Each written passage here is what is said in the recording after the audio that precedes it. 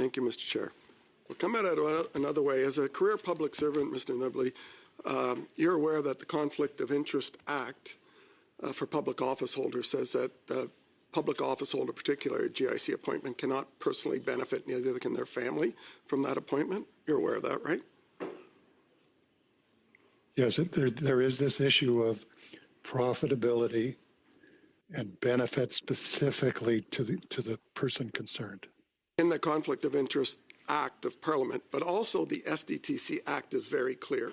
It says that board members of SDTC, whether they're GIC or non, cannot personally benefit, neither can their family, from being on that board and the decisions of that board. Is that not correct? You just said that you thought that the Act needed lots of changes, so you must be familiar with the Act.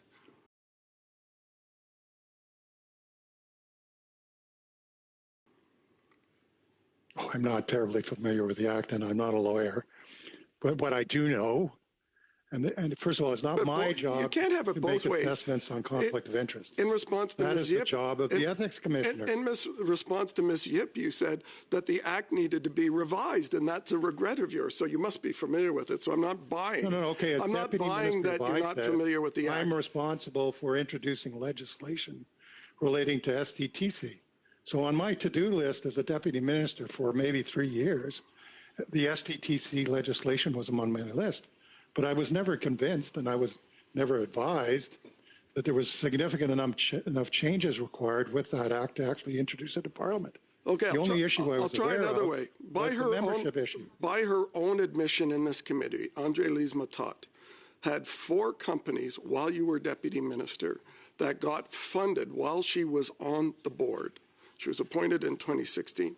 That total of 4 companies is $21 million. Do you believe that whether they go in or out of the room, that a board member who receives $21 million from the foundation she's on the board of, appointed by the government, is a personal benefit to her when the values of those companies go up as a result of that government investment? Is that not a breach of the Act? Even as a long-standing deputy minister, that is not my role to judge. That is the Ethics Commissioner role to judge. You have no responsibility for anything that went on, is what you're saying here. That I know nothing. I had an ADM who was my eyes and ears, but he never actually told me anything. That I see that the Act should be revised, but I don't know what it should be revised on now when 5 minutes later you had some ideas of how it should be revised.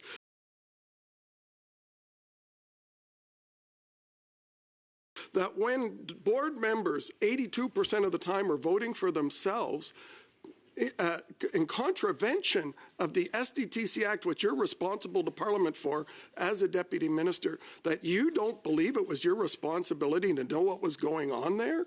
Who are you covering up for? Why are you saying that it's not your role as a deputy minister to inform the minister when this kind of taxpayer abuse, and I'll remind you that the Auditor General found it to be $390 million. This is not a trivial matter. And you were deputy minister while this was happening. When I was deputy minister, I received 2 reports that gave SDTC a clean bill of health. In 2016, there was no Andre-Lise Matot's company received, as far as I knew. In 2016, Andre-Lise, my time is limited, and he's not answering the question. I've stopped the clock. I have a point of order. Chair, I'm not sure how we're expecting answers if we don't let the witness answer the question. And I would be really interested. I think Mr. Perkins is asking some great questions, but I would also really appreciate hearing the answers from the witness as well. Thank you for that clarification, Mr. Perkins. I will, Mr. Newby, just this is coming late, and I apologize for that. The time is primarily owned by the members, but the way it works around the committee table, should you be cut off and you have a point to make, frequently and almost always another member will allow time for you to finish your thought. So, Mr. Perkins, you have just over a minute left. If you can wrap things up, please. So in 2016, one of our companies received $12 million. In 2017, another one received $2.5 million from the Green Slush Fund.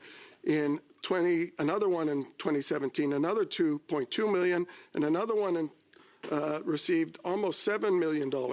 So this is a lot of money, and I'm having trouble balancing your statement that you had an ADM there, that you believe it was the job of the ADM, and not every ADM believes in this, to tell you what was going on there, yet you sit here at the committee and tell me that your ADM told you nothing about 82% of the time that these directors were in a conflict. It's just not believable.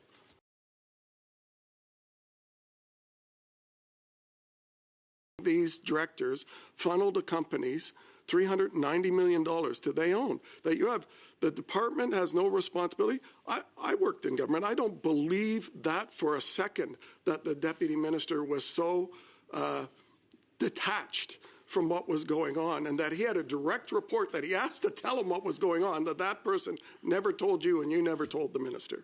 It's not believable. Mr. Perkins, I respect your point of view. I don't agree with it. The one point of clarification I'd make is that when I was deputy minister, the actual allocation to SDTC, which happened in 2007, was $400 million. It was only in 2021 when they received $700 million. So the issues at play when I was there was in fact related to this $400 million, and I was not there for actually all the allocation of that money.